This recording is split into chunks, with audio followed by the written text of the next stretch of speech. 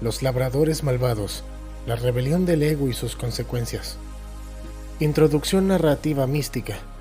Un hacendado de corazón generoso plantó un viñedo en lo alto de una ladera fértil. Lo rodeó con una cerca de piedras.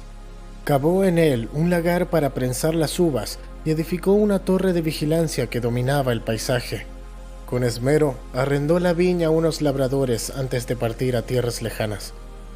Aquellos viñadores, al principio humildes, aceptaron cultivar la tierra en nombre del dueño y darle su parte de frutos en su debido tiempo. Las estaciones pasaron, la vid floreció en primavera, se cargó de racimos bajo el sol del verano, y en el aire otoñal maduraba ya la dulce cosecha.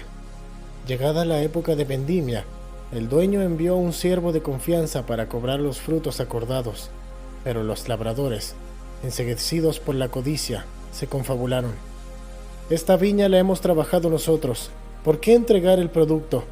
Con corazones endurecidos, agredieron al siervo, golpeándolo y echándolo fuera con las manos vacías.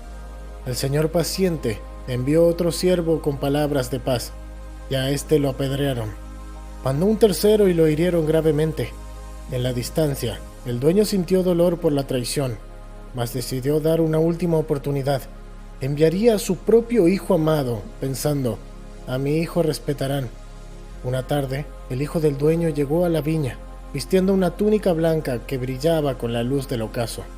Al verlo, los viñadores sintieron un escalofrío, pero la ambición fue mayor. Este es el heredero, si lo matamos, la viña será nuestra, se dijeron en susurros envenenados. El hijo se acercó con la mano extendida en señal de amistad, pero ellos lo emboscaron. Lo arrastraron fuera de la viña bajo el cielo encendido de rojo, y allí, entre las piedras del camino, le quitaron la vida. Sus gritos últimos parecieron resonar en la tierra misma. Durante unos instantes, los labradores malvados sintieron triunfo oscuro. La viña sin dueño visible era toda de ellos. Mas entonces, un silencio pesado cayó sobre el viñedo. El viento cesó como conteniendo la respiración ante lo inevitable. Los arrendatarios miraron la sangre del inocente empapar el suelo y, en ese ocaso, las uvas brillantes de la viña parecieron lágrimas. Lejos, el dueño supo lo ocurrido. Con el corazón desgarrado y ardiente a la vez, decidió regresar con justicia severa. En la noche, una tormenta se formó sobre la colina. Los relámpagos iluminaban la torre mientras, uno por uno, los usurpadores fueron desalojados y castigados. Al amanecer, la viña respiró en paz nuevamente. El Señor la entregó a nuevos cuidadores, fieles y honrados, y en memoria de su hijo, colocó la piedra ensangrentada de la linde como piedra angular de un altar en la torre. Y se cumplió el eco de una antigua escritura: la piedra que desecharon los constructores, esa llegó a ser la piedra principal. La viña floreció de nuevo, esta vez bajo la vigilancia invisible pero cierta del espíritu del Hijo, cuyo sacrificio nunca sería olvidado. Significado espiritual profundo. La parábola de los labradores malvados, Mateo 21, del 33 al 46. Marcos 12, del 1 al 12. Lucas 20, del 9 al 19. Es una narración intensa que encapsula la tragedia de la rebeldía del ser humano frente a Dios y la respuesta divina a esa rebeldía. En contexto original, Jesús hablaba directamente a los líderes de Israel. La viña es Israel, como simboliza en Isaías 5. Los labradores son los dirigentes religiosos a quienes Dios confió su pueblo. Los siervos enviados son los profetas a quienes maltrataron. Y el Hijo es Jesús mismo, el Hijo de Dios, a quien matarían. La parábola a nivel histórico profetiza la pasión de Cristo y el traslado del reino de Dios a otros pueblos que den frutos, la comunidad de creyentes más allá de Israel. Pero su significado místico es aplicable a cada alma y al drama cósmico. La viña representa nuestra vida, nuestro planeta o incluso nuestra alma, un terreno que en última instancia pertenece a Dios, quien nos lo confía para que lo cultivemos y demos fruto espiritual. Los labradores malvados simbolizan el ego humano y las fuerzas negativas que, en lugar de reconocer la soberanía divina, se adueñan de la vida creyéndose propietarios absolutos. Es la actitud egoica de esto es mío para mí y no rendiré cuentas. Los siervos enviados son las voces de la conciencia. los maestros, las inspiraciones divinas que vienen a recordarnos entregar a Dios lo que es de Dios, es decir, los frutos de amor, justicia y verdad de nuestra vida. Pero a menudo, esas llamadas son ignoradas, rechazadas o apedreadas por nuestras tendencias inferiores, racionalizaciones, rechazos de la verdad incómoda. La llegada del Hijo representa la oferta suprema de Dios, su propio ser, su conciencia pura. Podemos verlo como Cristo en la historia, pero también como la chispa divina en cada uno. Místicamente, el ego incluso rechaza al Hijo interior, al Cristo interno, intentando usurpar el lugar de Dios en el alma. La muerte del Hijo fuera de la viña es símbolo de cómo la humanidad expulsó a la divinidad. Cristo fue crucificado fuera de Jerusalén y pretende construir un mundo sin Dios. Sin embargo, la parábola muestra que tal empresa egoica termina en juicio y fracaso. El dueño regresa, la justicia kármica alcanza a los malvados y la viña es dada a otros. Ocultamente, esto habla de la ley del karma y la retribución. Podemos abusar de la paciencia divina un tiempo, pero al final, la verdad prevalece. En el microcosmos personal, si nuestro pequeño yo pretende ignorar al yo superior y quedarse con la viña, nuestro cuerpo-mente, para sus propios deseos, eventualmente la vida misma nos pasará factura. Crisis, vacío, juicios internos que nos quitarán ese falso control. La frase final de la piedra angular revela la victoria final de lo divino rechazado. Lo sagrado que el ego rechaza se vuelve fundamento de la nueva vida. En la historia, Cristo resucitado y la iglesia naciente, en el alma, el despertar de la conciencia superior tras la derrota del ego.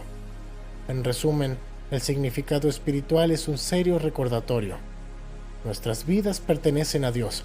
Estamos aquí para dar frutos de luz, no para adueñarnos egoístamente del don de la vida. La resistencia egoica a esa realidad lleva al sufrimiento y a perderlo todo. La entrega y reconocimiento de Cristo, lo divino, como heredero legítimo de nuestra viña, conduce a la salvación y a que la viña prospere con nosotros como colaboradores fieles. Esta parábola nos confronta con nuestra capacidad de crueldad y rebelión, pero a la vez con la certeza de la justicia divina y la esperanza de que, aunque la luz sea rechazada, finalmente la luz triunfará y será el cimiento de un nuevo orden. Etapa iniciática del alma. Iniciáticamente, esta parábola corresponde a una etapa de confrontación con la sombra más profunda del ego y la necesidad de rendición total. Tras haber pasado por aprendizajes de humildad, coherencia, servicio, etc., el buscador finalmente encara la parte de sí mismo que aún quiere controlar la viña. En todo aspirante avanzado llega un punto crítico donde el ego, incluso refinado espiritualmente, debe morir por completo para que nazca el Cristo interior. Esta es la noche oscura del alma o el gran juicio interno. Los labradores malvados son aquellas tendencias en nosotros que se resisten con violencia a soltar el poder. A veces, nuestros apegos más arraigados, nuestros miedos más primitivos o ambiciones sutiles que se rehúsan a ofrendarse. Cuando la presencia crística dentro de nosotros se acerca demasiado a reinar, esas partes pueden revelarse dramáticamente. Es la tentación de último momento, la crisis final. Por eso muchos maestros dicen que antes de la iluminación final, el ego monta su última batalla feroz. Podemos ver esta etapa como la crucifixión interna. El yo personal intenta matar al yo divino para perpetuarse, lo cual resulta en un inmenso sufrimiento, pero en términos iniciáticos verdaderos, esta es la etapa en que la gracia interviene para destruir esa ilusión. El regreso del dueño se puede asociar a la intervención del Espíritu Santo o la justicia kármica que derriba la tiranía del ego interno. Es un periodo que puede manifestarse en la vida externa como fuertes pruebas, pérdidas, enfermedades, colapsos. La vida nos quita lo que creímos poseer ilegítimamente. En lo interno, es la pulverización del orgullo, una experiencia de extrema humillación o arrepentimiento. Tras ese juicio, la conciencia se reorganiza. La viña, nuestra vida, es ahora atendida por tendencias alineadas con el alma, nuestros labores fieles. Esto representa la instauración del reino interior. El ego destronado, Cristo entronizado. En el lenguaje del misticismo cristiano, es la transición de la vía purgatoria, a la vía unitiva. Muere lo que debía morir y el alma vive unida a Dios. No obstante, esta parábola tiene un tono de advertencia. Nos incita a no llegar a sus extremos. O sea, su lección iniciática es: no seas como los viñadores malvados, no esperes a que la severidad te alcance. Más bien, entrega a Dios los frutos a su tiempo voluntariamente.